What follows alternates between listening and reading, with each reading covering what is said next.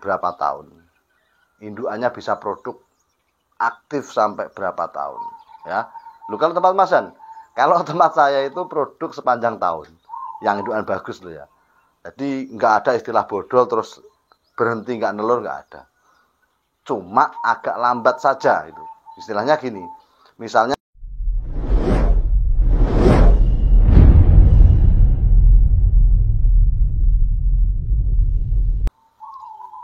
Bismillahirrahmanirrahim. Assalamualaikum warahmatullahi wabarakatuh. Alhamdulillah ketemu lagi dengan Nawike.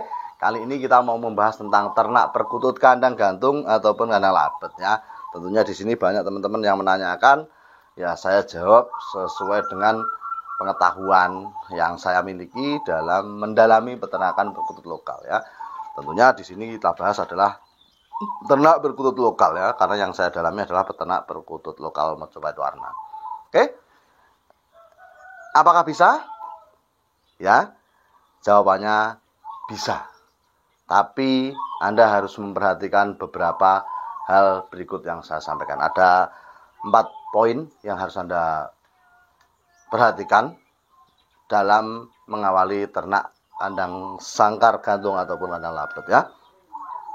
Tentunya yang belum subscribe silahkan subscribe ya. Bantu channel ini terus berkembang dengan cara like, subscribe, nyalakan lonceng, bagikan ke teman Anda ya. Kalau teman Anda memang membutuhkan informasi tentang seputaran dunia perkututan ya. Di sini saya share pengalaman saya, pengetahuan saya tentang peternak perkutut Mojopahit Warna ya. Jadi semoga saja teman-teman bisa edukasi dari sini. Oke, amati, tiru, modifikasi, kunci keberhasilan. Yang pertama ya. Jadi ada beberapa risiko. Yang pertama mudah lemak. Ya, tentunya di sini Anda bisa bayangkan sendiri. Ternak perkutut yang saya gunakan saja itu adalah ketinggian 90 cm, lebar 50, panjang 60. Itu saja bisa lemak.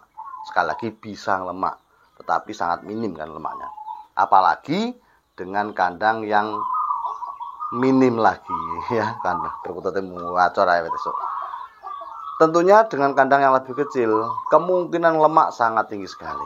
Nah, Anda bisa cek di sana ciri-ciri perkutut lemak.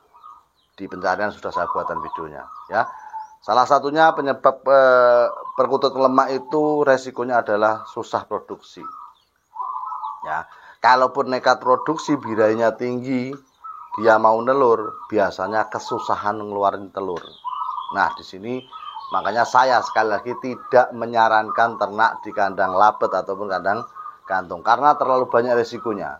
Ya, saya menyarankan di kandang yang bagus saja, kandang yang stabil ya itu ukuran tadi 90, 60 dan 50. Itu saja kadang gak bener.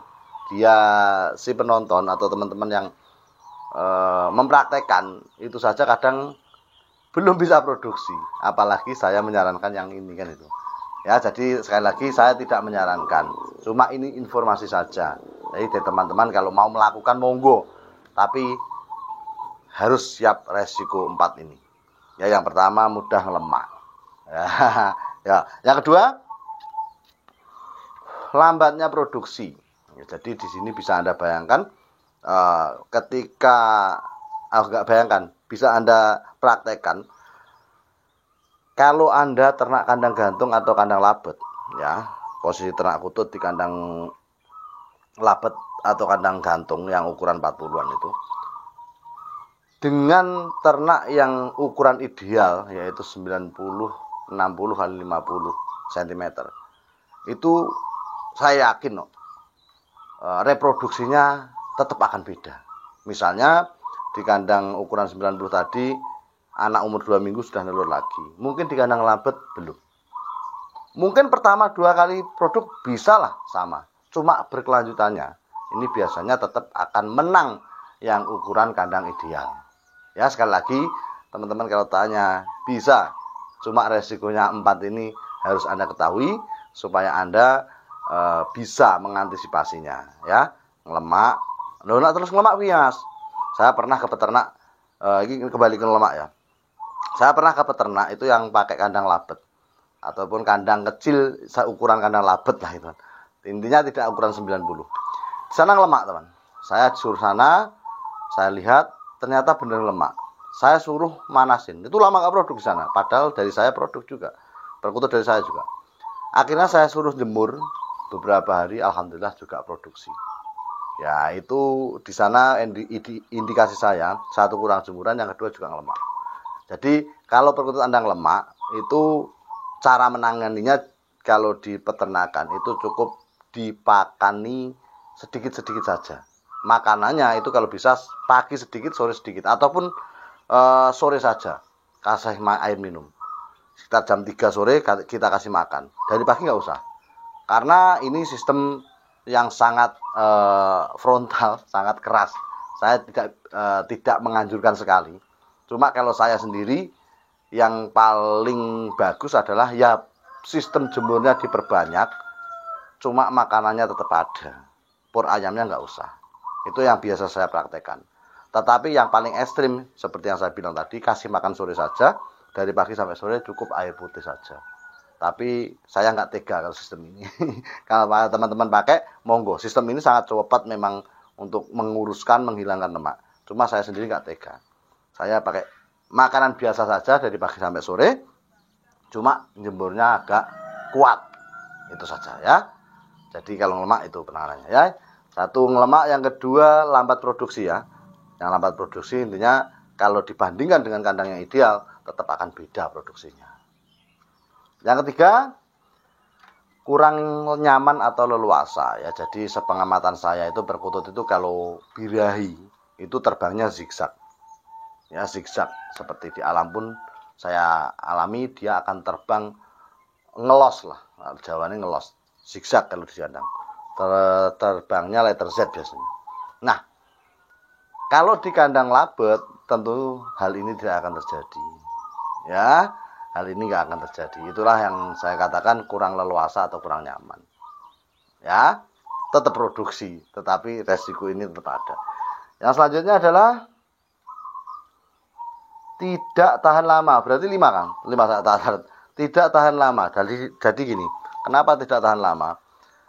Anda bisa amati di peternakan yang memakai sistem kandang labet atau kandang gantung. Ya, dia bertahan berapa tahun. Indukannya bisa produk aktif sampai berapa tahun. Ya, lu kalau tempat Mas Han, kalau tempat saya itu produk sepanjang tahun. Yang indukan bagus loh ya. Jadi nggak ada istilah bodol terus berhenti nggak nelur, nggak ada. Cuma agak lambat saja itu. Istilahnya gini. Misalnya seperti hari-hari biasa nggak bodol, nggak perontok bulu, itu nelurnya anak-anak umur 2 minggu nelur ya. Tetapi kalau posisi bodol biasanya anak-anak umur 3 minggu, 4 minggu baru nelur.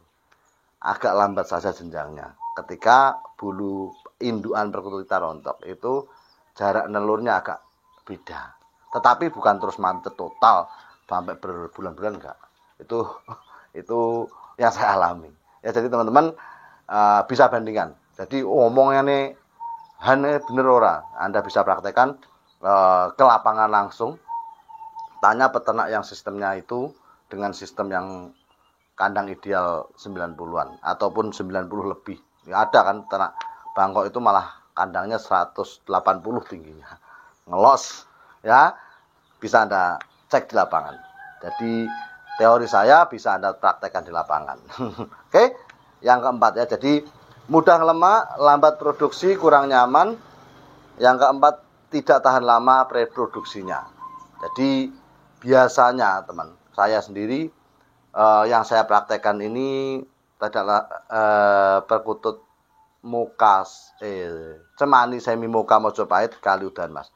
Itu sudah 5 tahun lebih masih produksi. Nah, Anda coba tanya ke peternak yang pakai kandang gantung dan labet, itu kuat produksi berapa tahun. Itu saja. Ya, jadi perbandingannya nanti Anda tahu. Apakah benar yang saya omongkan bahwa peternak perkutut kandang labet ataupun kandang gantung itu tidak bisa bertahan lama. Itu Anda bisa praktekkan.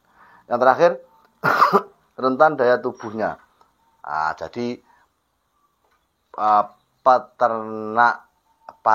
ternak perkutut pakai kandang labet atau kandang gantung, menurut saya, pandangan saya, sepengalaman saya, ya ini bukan pengalaman orang lain, itu daya tahan tubuhnya agak lemah. Karena sekali lagi kurangnya leluasa, kurangnya nyaman berfoto tersebut dalam kandang tersebut. Oke teman, sekian yang bisa saya sampaikan. Ada salah kata mohon dimaafkan. Ya glodak gladuk ini sane, ya sepurane nek salah ya. Salam ngikutut sopai pat. Assalamualaikum warahmatullahi wabarakatuh. Semoga bermanfaat.